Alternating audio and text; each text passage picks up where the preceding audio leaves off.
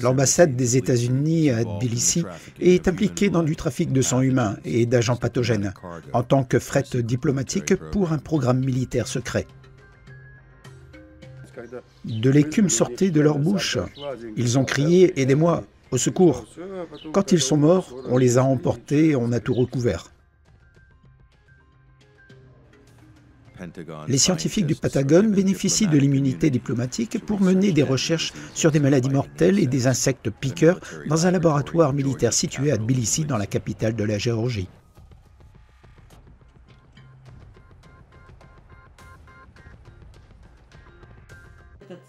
Il y a une odeur, de la fumée, rouge, noire ou verte, la nuit ou tôt le matin vers 3-4 heures. Ils diffusent tout cela la nuit pour que les gens ne le voient pas. Des documents internes et la correspondance entre le ministère de la Santé de Géorgie et l'ambassade des États-Unis à Tbilissi montrent que des expériences ont été menées au centre Lugar.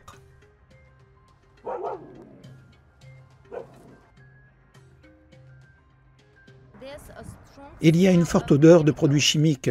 Cette odeur provient du centre Lugar pendant la nuit et ensuite propagée par le vent jusqu'à la zone résidentielle.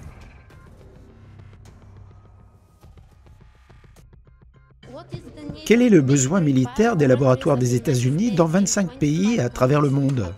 Nous ne pouvons pas répondre à cette question, ce n'est pas de notre ressort. C'est un lieu public, je peux utiliser l'ascenseur? Désolé, pas celui-ci, il est plein. Non, il n'est pas plein. Pourquoi le Pentagone a-t-il investi 65 millions de dollars dans la modification génétique? Pouvez-vous me répondre pourquoi?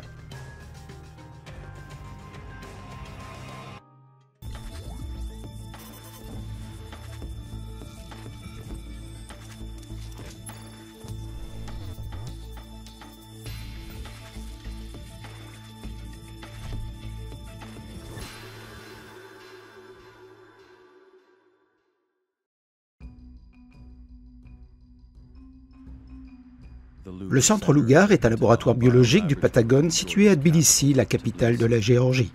Il est situé à seulement 17 km de la base aérienne militaire américaine de Vaziani. Le laboratoire biologique militaire est très bien gardé. Tous les passants circulant dans un rayon de 100 mètres sont filmés, bien que le laboratoire biologique militaire soit situé dans une zone résidentielle. La journaliste bulgare Dilyana Gatiniada a enquêté sur les laboratoires biologiques du Pentagone dans 25 pays dans le monde, dont le centre Lugar de Tbilissi. Ces laboratoires biologiques américains sont financés par la Defense Threat Reduction Agency dans le cadre d'un programme militaire de 2,1 milliards de dollars connu sous le nom de Cooperative Biologic Engagement Program et sont situés dans d'anciens pays soviétiques comme la Géorgie ou l'Ukraine, mais aussi au Moyen-Orient, en Asie du Sud-Est et en Afrique. La journaliste bulgare a eu un accès rare à des mémos internes et à des courriels de la Géorgie, ainsi qu'à des initiés. Elle est filmée alors qu'elle parle à des habitants d'une rue proche du laboratoire du Pentagone et veut savoir pourquoi les agents de sécurité la filment. « Je suis derrière la barrière et je veux savoir pourquoi vous me filmez. Nous étions dans la rue en train de parler avec beaucoup de gens et vous commencez à les filmer. Non, vous savez quoi? Vous violez nos droits. Ok, s'il vous plaît, 1 minute. Vous savez, si vous ne nous montrez pas vos papiers, nous pouvons appeler la police. Montrez-nous vos passeports. Ok. La journaliste bulgare a été prévenue qu'elle serait arrêtée si elle n'obtempérait pas, si elle ne montrait pas son passeport et si elle ne quittait pas les lieux. Néanmoins, elle y retourne la nuit alors que le laboratoire semble toujours fonctionner.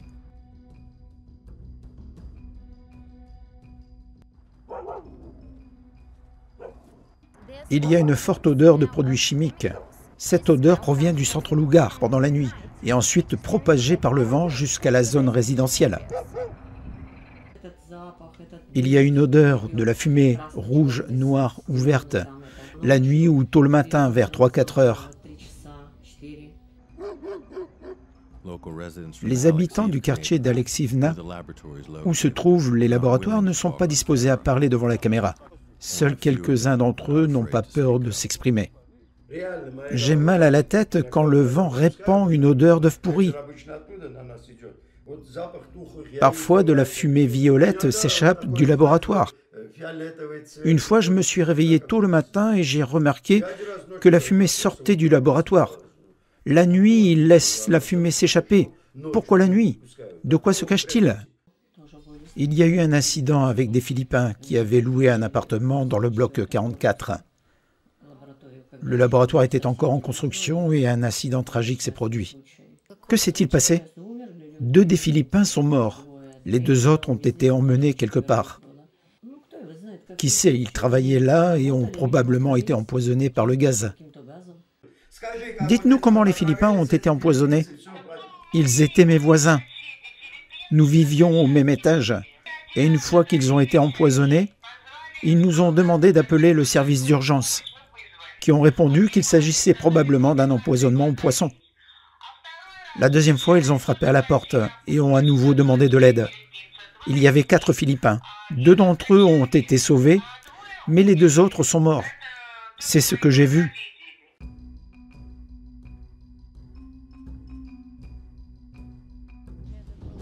De l'écume sortait de leur bouche. Ils ont crié « Aidez-moi, aidez-moi !» Quand ils sont morts, ils les ont emportés et ont tout recouvert. Tout s'est passé ici.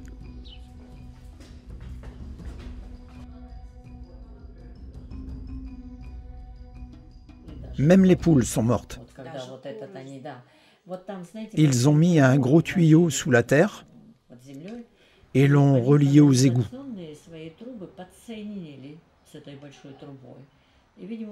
C'est de là que vient cette odeur. Ça sentait les œufs pourris et le foin en décomposition. L'odeur est vraiment mauvaise et le vent la répand dans différentes directions. Il y a des tuyaux le long de cette rue, des tuyaux bleus. Et tout ce qui vient du laboratoire se déverse dans la rivière qui se trouve à 3 ou 4 kilomètres de là. Non seulement ils polluent notre air, mais ils empoisonnent aussi notre eau. Mes petits-fils vivent ici et ils les empoisonnent. Des notes internes nous ont été fournies par des initiés géorgiens à condition que leur identité reste cachée.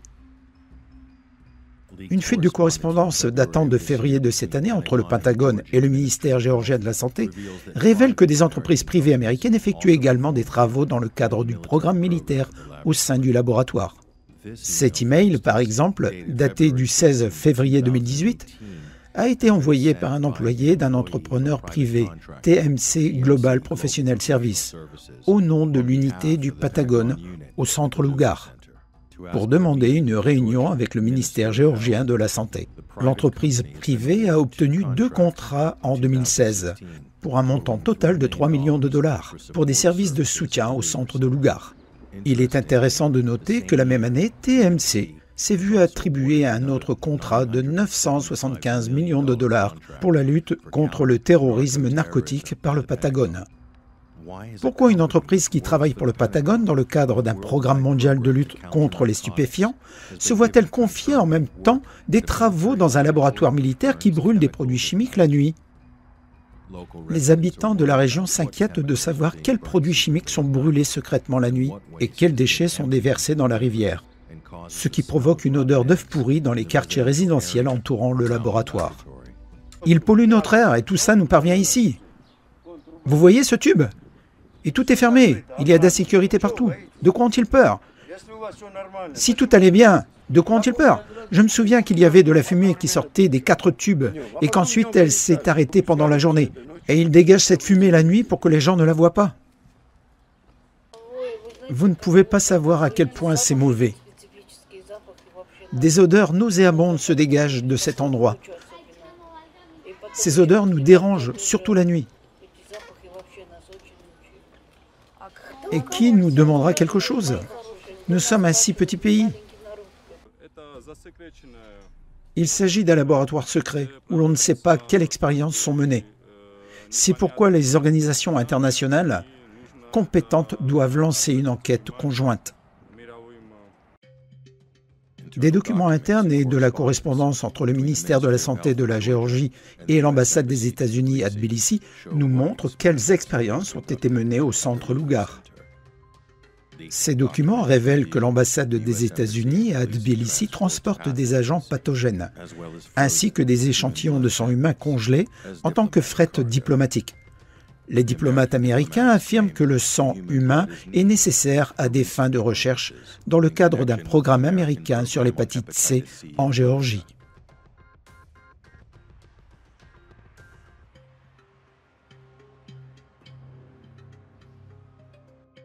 Les expéditions de fret diplomatique sont exemptées d'inspections et de taxes. Selon les instructions de la Defense Threat Reduction Agency du Patagone, qui supervise et finance les laboratoires, le matériel biologique destiné aux besoins du programme doit être expédié aux ambassades américaines sous forme d'articles transportés à la main. En cas d'importation en Russie, le matériel biologique doit être transporté par des diplomates dans une valise diplomatique et scellé en tant que fret diplomatique. D'autres instructions destinées au personnel américain travaillant dans le cadre du programme militaire interdisent le recours aux prostituées. Les services de sécurité étrangers étant connus pour utiliser l'attrait de ce type de relations pour exploiter les fonctionnaires étrangers. C'est ce que l'on peut lire sur les documents. Je ne sais pas tout sur le centre parce qu'il est très secret et que les citoyens ne savent pas tout sur ce centre. Je n'aime pas que notre pays prenne le centre très secret. Tout ce que je sais, c'est que ces lieux sont très secrets et rien de plus. Le programme est confié à des biologistes de l'unité de recherche médicale de l'armée américaine en Géorgie, à des entrepreneurs privés américains et au Centre américain de contrôle des maladies. Certaines zones du laboratoire sont classifiées et ne sont accessibles qu'aux citoyens américains disposant d'une habilitation de sécurité. Ils bénéficient de l'immunité diplomatique en vertu de l'accord de coopération en matière de défense conclu entre les États-Unis et la Géorgie en 2002. Joshua Bast est le directeur adjoint de l'unité de recherche médicale de l'armée américaine en Géorgie. Ce scientifique militaire américain conduit une voiture diplomatique et bénéficie de l'immunité diplomatique sans être diplomate.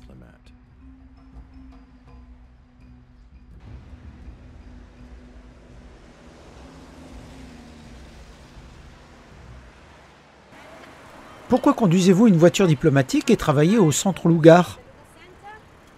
Je ne travaille pas ici. Vous travaillez ici parce que nous avons vu cette voiture l'autre jour et que vous êtes à nouveau ici, donc vous travaillez ici. Êtes-vous de l'ambassade américaine? Oui. Que faites-vous ici au centre Lugar? Êtes-vous un scientifique?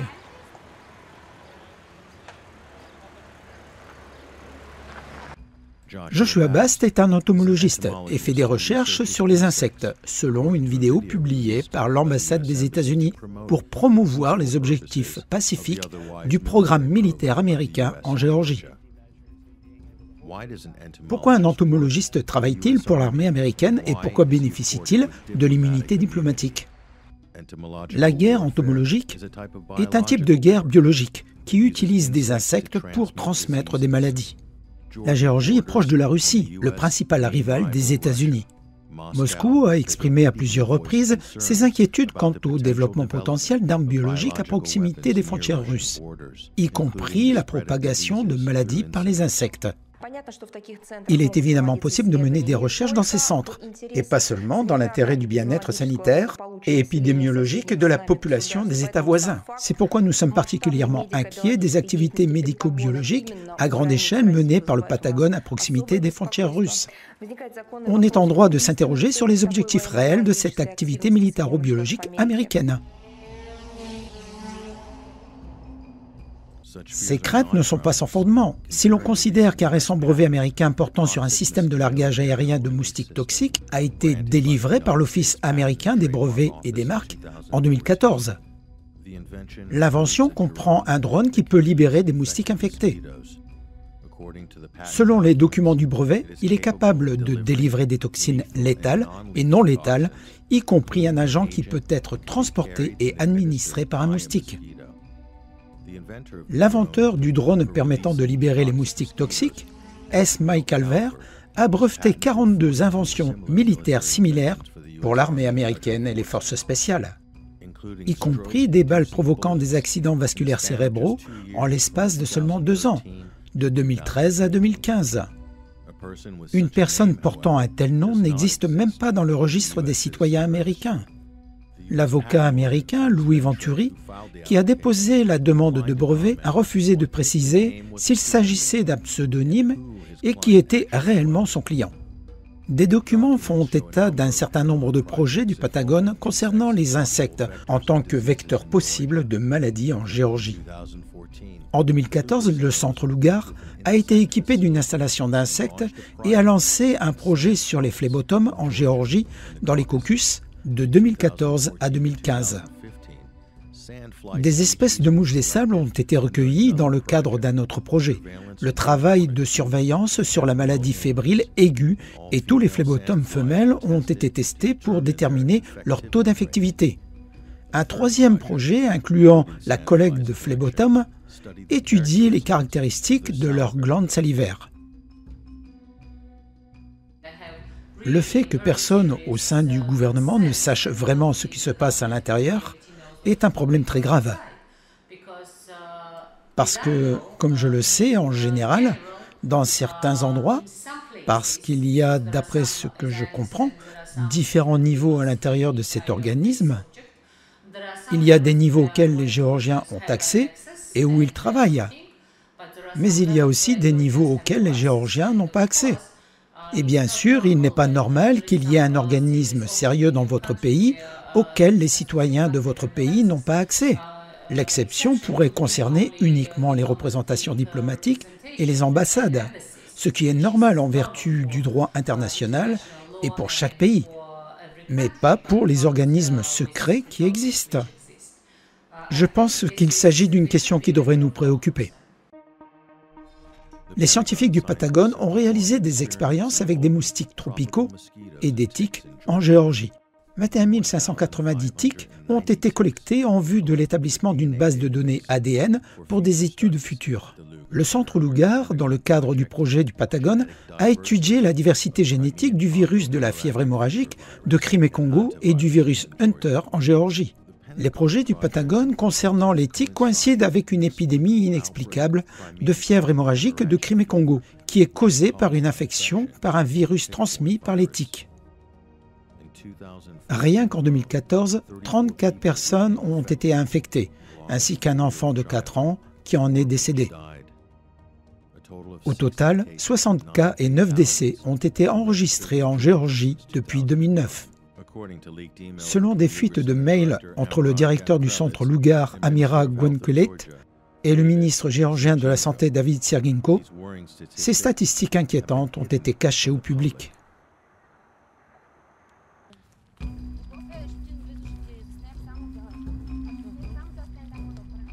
Joshua Bast n'est pas le seul non-diplomate américain travaillant sur le programme du Patagone à bénéficier de l'immunité diplomatique.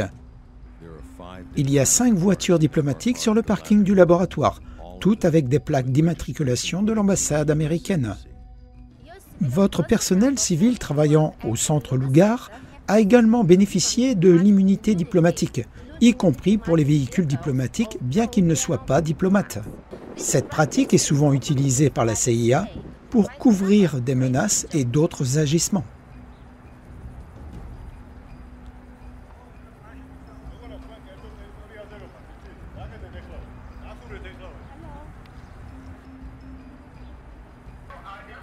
Je ne pense pas qu'un Géorgien puisse répondre à cette question, car la plupart des chercheurs qui viennent ici sont affectés à l'ambassade. Comment pouvez-vous contrôler ce que font les étrangers ayant un statut diplomatique au centre Lugar? Il n'est pas nécessaire de contrôler si vous faites les choses ensemble. Je veux dire, quelle est l'application d'un quelconque statut diplomatique dans ce pays? Je ne vois pas l'intérêt, désolé. Il s'agit d'un statut diplomatique en raison des conditions de vie ici, mais qui n'a rien à voir avec leur travail. Toute protection diplomatique ou autre dont bénéficient les diplomates n'a rien à voir avec le travail effectué dans le centre. L'Agence pour la réduction des menaces de défense a confié une grande partie des travaux relevant du programme militaire à des entreprises privées. Elles ne sont pas tenues de rendre des comptes au Congrès et elles peuvent opérer plus librement en s'affranchissant de l'état de droit. Des documents divulgués montrent que l'une des entreprises impliquées dans le programme en Géorgie est la fondation Booz Allen Hamilton. En juin 2013, Edward Snowden, ex-employé de Booz Allen, sous contrat avec des projets de l'Agence nationale de la sécurité, a révélé publiquement les détails des programmes classifiés de collecte de données et de surveillance de masse aux États-Unis ainsi que dans le monde entier. L'ancien employeur de Snowden, Booz Allen Hamilton, s'est vu attribuer 5 contrats lucratifs par la Defense Threat Reduction Agency depuis 2010 jusqu'en 2022 pour un montant total d'au moins 358 millions de dollars pour des services de soutien au renseignement. Si ces personnes sont contre le pays, elles sont contre le gouvernement. Ce n'est pas à nous d'en décider. C'est au public de décider si ces programmes ou politiques sont bons ou mauvais. Pour le Pentagone, les scientifiques peuvent travailler en violation directe du droit international. Dans le cadre d'un accord de 3 ans entre l'Institut militaire Walter Reed et le Centre national géorgien de contrôle des maladies, le Pentagone a reçu un accès complet à la collection locale d'agents biologiques mortels afin de les étudier. Il s'agit d'agents susceptibles de provoquer l'anthrax, la tularime, la brucellose et la peste. Selon les dispositions de l'accord, le droit international n'est pas applicable à cet accord. Les parties conviennent qu'aucune cour, aucun tribunal, ni aucune entité internationale n'a la compétence ou l'autorité pour examiner ou rendre un jugement. La journaliste bulgare Dilyana Gatinlava a demandé au secrétaire adjoint de la Santé des États-Unis, Robert Kadlec, de faire un commentaire lors d'une conférence sur les armes biologiques au Parlement européen à Bruxelles. Elle a été immédiatement expulsée de la conférence. Pourquoi la campagne de défense militaire opère-t-elle dans 25 pays pilotes qui sont à la frontière des principaux rivaux des États-Unis, à savoir la Russie, la Chine et l'Iran? Et pourquoi le nombre d'épidémies mortelles a-t-il augmenté de façon spectaculaire depuis le début du programme militaire des États-Unis dans ces pays? Je me contenterai d'affirmer sans équivoque et sans conteste que les États-Unis ne disposent pas de programme militaire d'armes biologiques, point à la ligne. Deuxièmement, nous avons travaillé, et je sais que le ministère de la Défense travaille avec des partenaires dans certaines parties du monde pour s'assurer que ces laboratoires, et nous les formons sur la façon de faire des tests de diagnostic sur ces maladies, pour s'assurer qu'ils peuvent les gérer et aussi sécuriser ces agents pathogènes en toute sécurité. Ainsi, ils ne sont pas accessibles aux terroristes ou aux criminels qui ne s'en occupent pas. Pourquoi tous ces projets sont-ils classés secret défense ? Tous ces biolaboratoires traités par le Pentagone dans 25 pays à travers le monde. Pourquoi ces informations sont-elles classifiées? Elles ne sont pas classifiées, elles sont à la disposition de tous ceux qui veulent les consulter. Non, ce n'est pas vrai, ils essaient de cacher cette information. Non. Pourquoi ne parlez-vous pas de « je ne vous laisserai pas faire, je ne vous donnerai pas le temps nécessaire pour cela ». Nous avons essayé de répondre à vos questions. Ce n'est pas le lieu pour cela. Affaire classée. Merci beaucoup.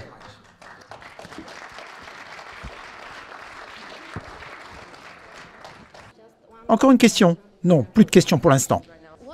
Quel est le besoin militaire des laboratoires des États-Unis dans 25 pays à travers le monde? Nous ne pouvons pas répondre à cette question, ce n'est pas de notre ressort. C'est un lieu public, je peux utiliser l'ascenseur? Désolé, pas celui-ci, il est plein. Non, il n'est pas plein. S'il vous plaît, je peux utiliser l'ascenseur? Plus de questions alors. Pourquoi non? Ok, nous devons descendre. Pourquoi le Pentagone a-t-il investi 65 millions de dollars dans la modification génétique? L'édition des gènes fait partie de ce programme? Pouvez-vous répondre pourquoi? Non, on ne peut pas.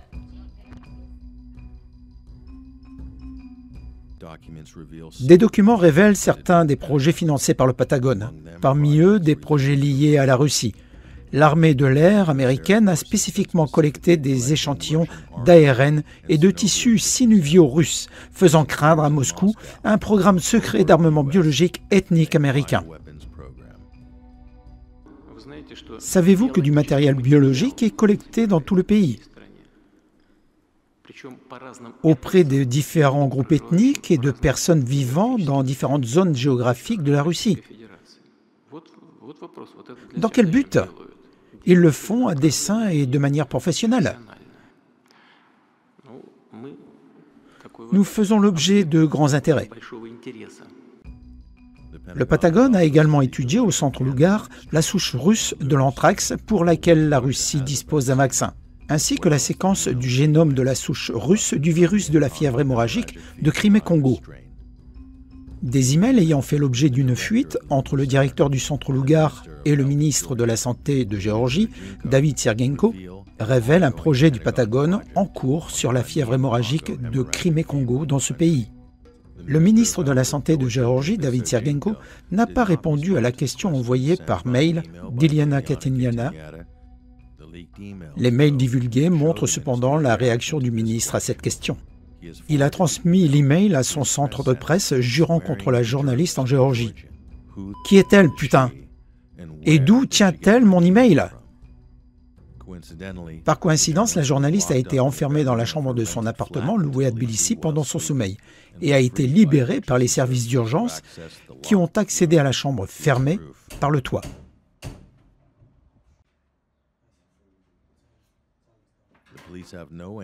La police ne sait pas qui s'est introduit dans l'appartement du journaliste et pourquoi, étant donné que rien n'a été volé.